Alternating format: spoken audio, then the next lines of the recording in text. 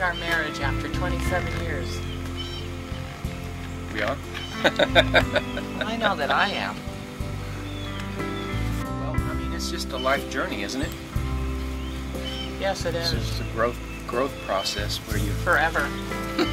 you're just constantly and consistently working towards. Really, you're just traveling towards a destination. It's a growth process, and it's good to know what you're supposed to be growing to become. And so it's good to know what your roles are, what your functions are, what you're supposed to do. Otherwise, a lot of people, what's happening is they're just spinning their wheels, aren't they? What's common is that not enough effort is put towards improving ourselves. And I say improving ourselves is so vague because there's so much self-improvement junk out there, you know, has nothing to do with the kingdom of heaven and God and how we should relate to one another as God's children. There's nothing to do with that. You know, it's all about making money and stuff. Well, I think that we don't improve ourselves because we're too busy improving each other. We're too focused on what are the faults and faults of our spouse or how our spouse treated us that we never really look at ourselves. And that's a big issue in marriage because they're always blaming each other and then they're just spinning their wheels, you know, it's just nothing ever gets I think though accomplished. It takes, you're correct, I agree with you 100%. I think it takes a certain understanding though to graduate from that, doesn't it? I mean, to understand that, okay, well this is them, this is a person's flaw and this is where they're at and stuff, so I mean, it doesn't mean that's where I have to be, you know, and so, I mean, it's just depends on the maturity and probably the age, you know, of the person, people involved. Well, I don't know. I've met some very young people that already knew what their roles were.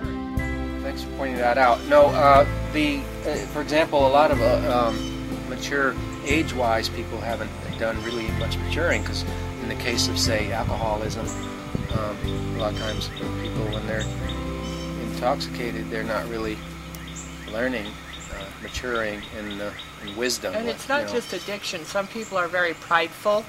Some people are very selfish. Coming out of the carnality of creation, in other words, because we're a carnal body and therefore we have the viewpoint of someone within this body, but God calls us to look outside of that carnal body as a spirit, and that's what our growth process is, to grow outside of our carnal bodies and grow towards and into a spiritual body, a spiritual being, you know, a godly being, you know, in my opinion.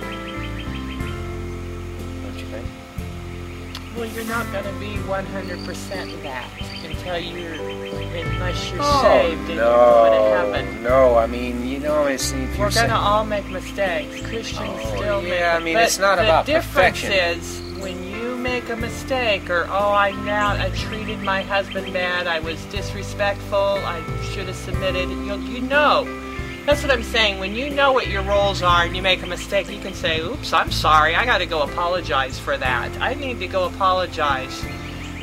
You know, when we don't know what's wrong with ourselves and we're not growing and don't know what our roles and positions and responsibilities and duties are in marriage, we remain selfish, and then what happens? The marriage ends, it gets a divorce, you remarry, and you just end up doing the same thing in the second In other words, the growth process begins with knowledge of God's will for our lives. So it all begins with wanting and accepting to do God's will for our lives. And until we've grasped, or the person or whatever has grasped that concept that, okay, I've been trying to run my life my way and it's not working, I'm ready to accept something new, God's will for my life, I accept God, as the Creator and accept Jesus Christ as my Lord, and therefore I'm going to look to see what His will is instead of my own. But you're right, depending on how stubborn somebody is. This is a lot why of people are super stubborn. Hey, I was the most stubborn person in the world. this is why it says in the Bible to stay with the unbeliever. If there's no divorce, and we're to stay with them, because through your good example, after you know what you're supposed to be doing, what you have gained the knowledge from Christ, and you already know that you're the example to your unbelieving spouse. You're not much of an example, right, if you're just going along with their divorce request and or That's right. arguing and fighting back with your wife.